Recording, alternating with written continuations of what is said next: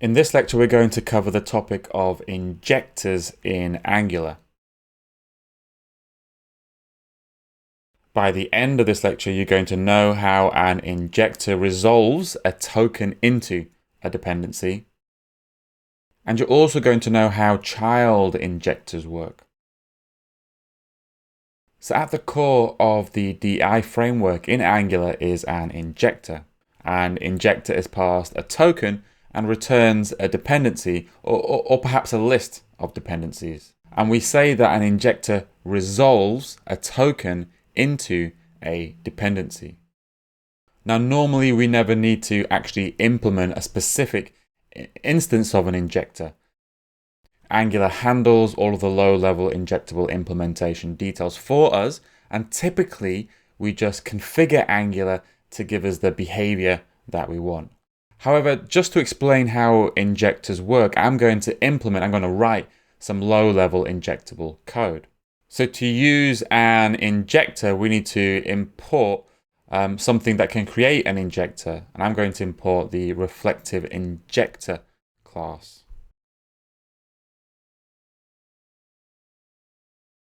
And it's part of Angular core. Now I'm just going to create a couple of dependencies that we can inject.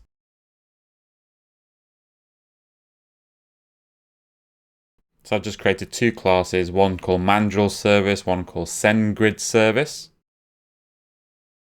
And now I'm going to create an instance of an injector by using the reflective injector class. And the reflective injector class has a static method called resolve and create.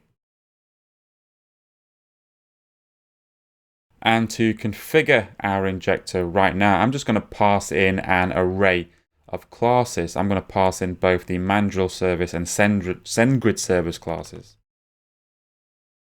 So now I've created an injector and I've configured it with a number of dependencies, a number of classes. Now I actually want to resolve a dependency. So I'm going to call the injector.get function. And I'm going to pass it a token. And for now, I'm just going to use the name of a class as the token. So I want to get an instance of the mandrel service. So I'm going to pass the name of the mandrel service class itself. And then I'm just going to log out to the console what gets returned. So in these lines, I've created an injector and I've configured it with a couple of classes, a couple of dependencies. On this line, I'm passing into my injector a token, and I'm asking it to resolve this into a dependency. Now, if I run, let me open up the console first. And now let me run this.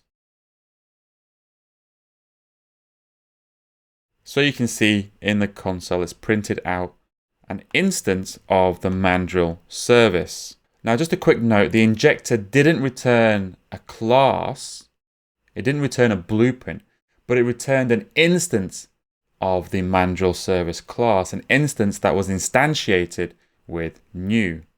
Essentially, the code here is equivalent to just this. So the first important topic is dependency caching. So the dependencies returned from injectors are actually cached. Therefore, multiple calls to the same injector for the same token will return the same instance. So to demonstrate, let's request the same token from our injector twice, and let's compare what gets returned.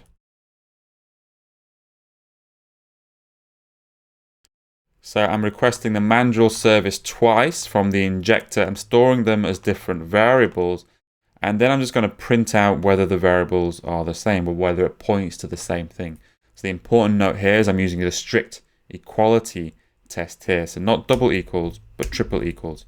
Triple equals is only true when both things on either side are exactly the same thing. So if they're objects, they have to, or instances of classes, they have to be exactly the same instance of the class. So I'm expecting this to return true. Let's rerun our application.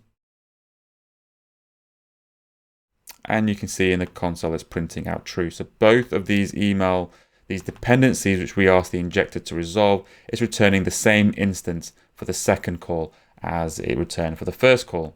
Now, injectors can have one or more child injectors, and these child injectors behave just like the parent injector with just a few different additions. Now, I'm just going to create a child injector first on the screen. Let me create another class called email service. And I'm just going to create one parent injector that's being configured with email service.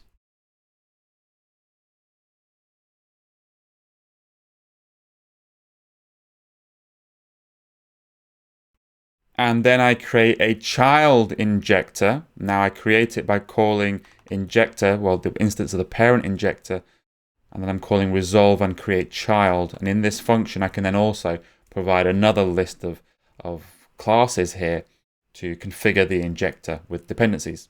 So I've configured both the child injector and the parent injector with the same dependency with the email service. As I mentioned before, dependencies are cached in an injector, so multiple calls to the same injector for the same token will return the same instance of a dependency.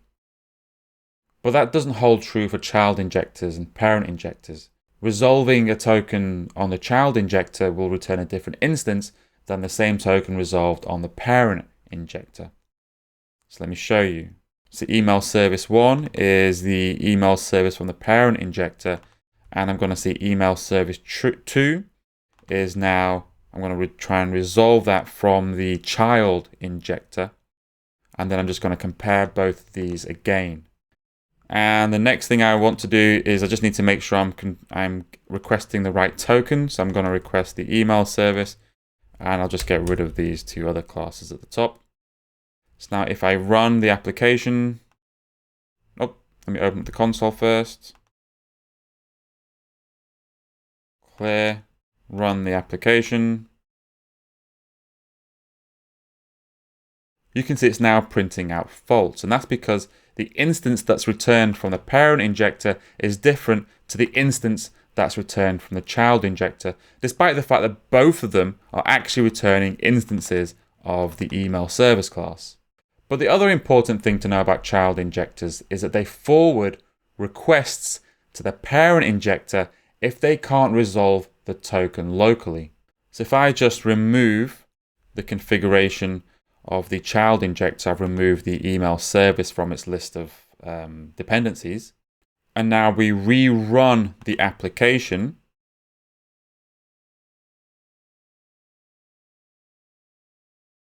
This now prints out true because when we request the email service from the child injector, it in fact forwards the request to the parent injector. So actually, in both of these situations, we're still getting or we're still requesting the token from the parent injector.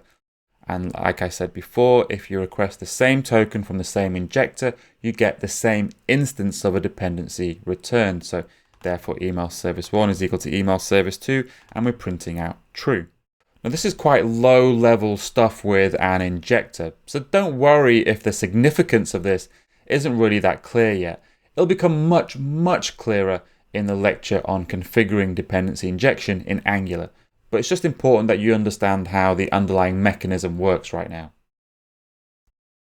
So to summarize, we configure injectors with providers, and then we pass to injectors a token and then resolve this token into a dependency.